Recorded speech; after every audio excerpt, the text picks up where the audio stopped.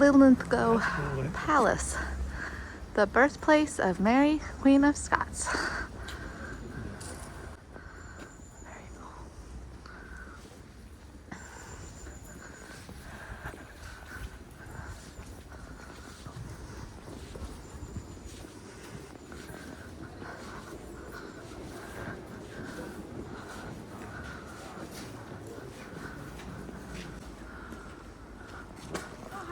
Oh, hi!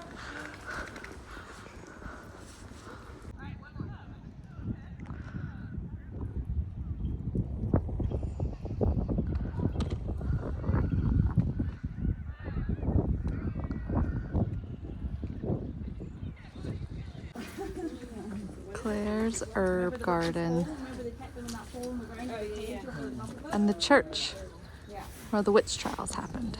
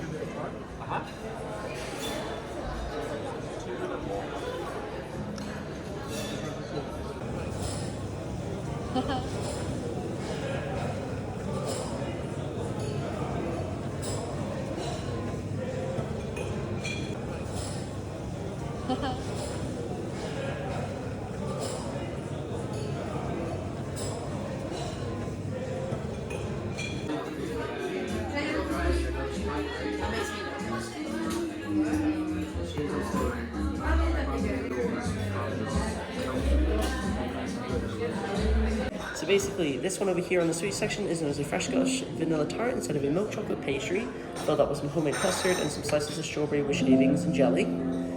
Over here we have ourselves the orange macaron with a splash of some dark chocolate ganache and some crankin buttercream in the middle. Over here we have ourselves a banoffee pie with some fresh chantilly cream wrapped around in white chocolate shavings, and on the inside it's filled up with homemade caramel and a slice of banana. And lastly, on the sweet section over here, we have ourselves a sticky toffee slice with a half fresh raspberry, some more chantilly cream and caramel, and some raspberry shavings on top. For the scone section, you guys are guaranteed a buttermilk fruit scone and plain scone, made fresh every morning by the chefs with some delicious raspberry jam and some clotted cream. And then to start off the savoury section, the yellow sandwiches there is known as a Crowley Farm Coronation Chicken Finger with a cucumber bourbon wrap on top. The small thing in the middle of your guys' savoury section is known as a black cardi and leek quiche with a nice top of some Katie Rogers cream. Over here we have ourselves the Borders Free range of mayonnaise with a nice bit of sunflower dried tomato and some spinach in between a freshly baked brioche bun. Over here we have ourselves the Linlithgow smoked salmon beetroot gravel eggs with a fresh avocado base on top of a dark brown loaf, and then across from that we have ourselves the Scottish buffalo mozzarella with a nice bit of tomatoes on top, and underneath is a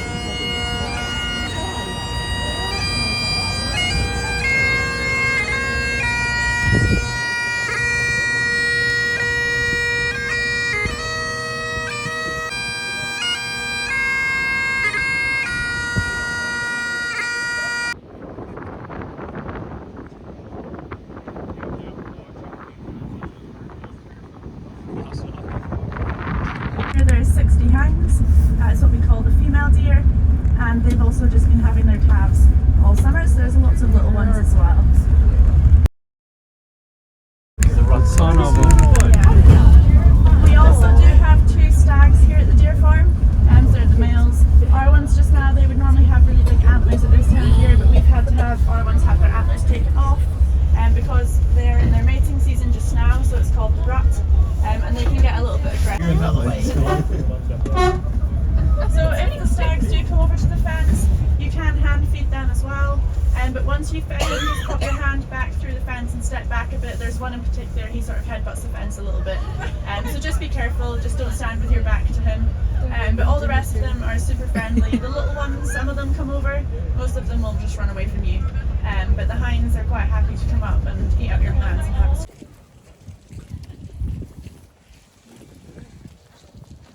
You actually can feed them over here. Of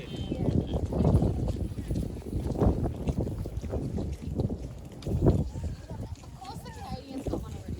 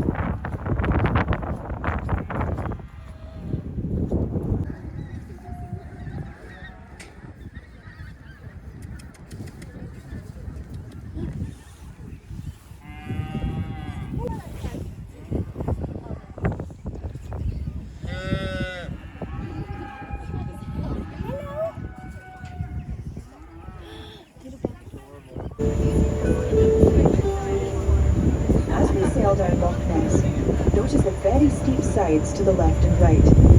Loch Ness lies on a following the melting of Ice Age glaciers around 11,000 years ago, creating Loch Ness and several other lochs along the fault line. Which still got there, it holds an estimated 7.5 billion cubic meters of water. That's enough to fill 3 million Olympic-sized swimming pools.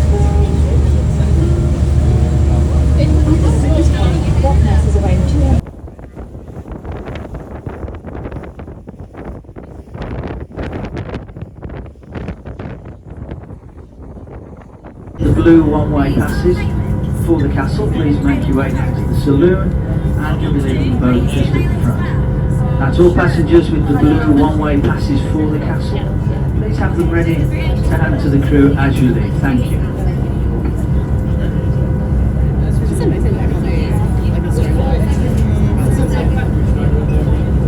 Are we gonna go? No, we're not gonna go.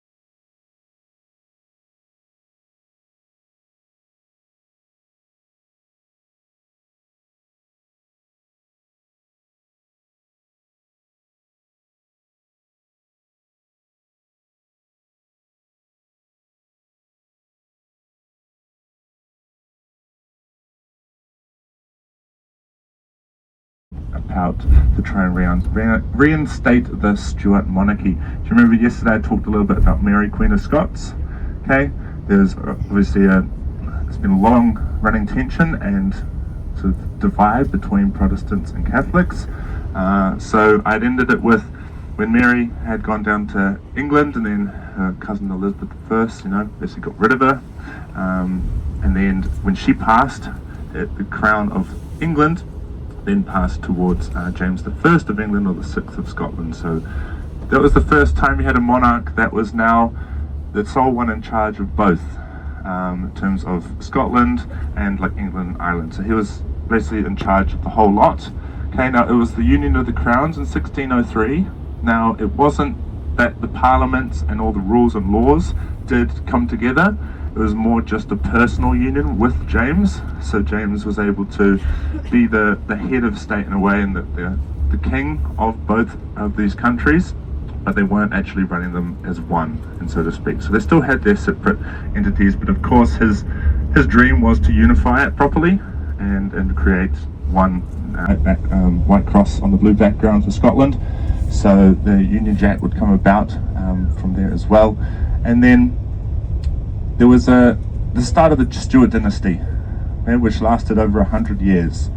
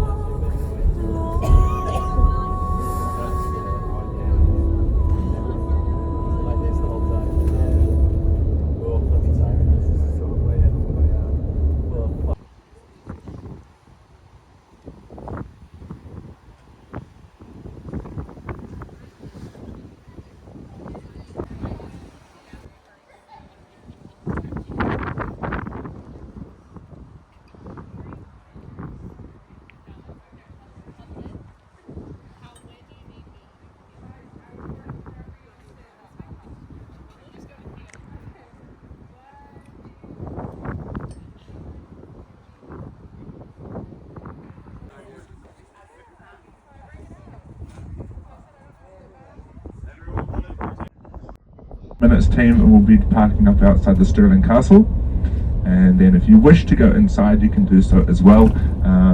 Potentially you're happy with your Edinburgh Castle experience, so you don't want to, but if you'd like to. Otherwise I'll point out you can head down and towards town, maybe get a little bit of lunch and such as well. We'll have a couple of hours in Stirling, so you can go get some food. There's also like the old jailhouse to go and explore if you want.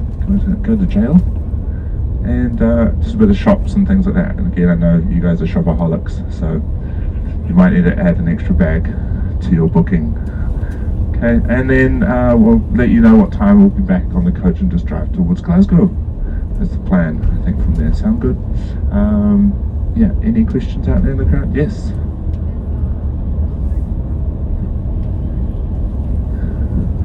Oh, it's a bit quite like the Edinburgh Castle. Yeah, so the question was, like, closed in, it's still...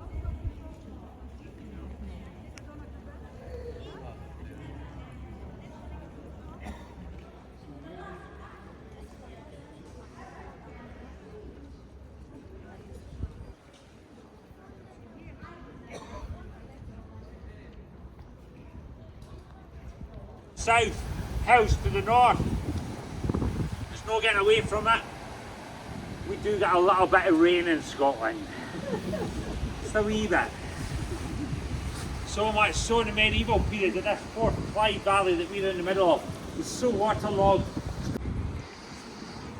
What I want to point out from here, we've got the church tower just to the south of us. That's the church, the whole route down there. We go from that to the inner square here. The buildings around us are the product of 3 Scottish monarchs. So we have James IV, same chap that built 4 works out there. We have his son, James V. We have James V's grandson. You'll not be surprised to know there's another James, James VI. I do like the Jameses.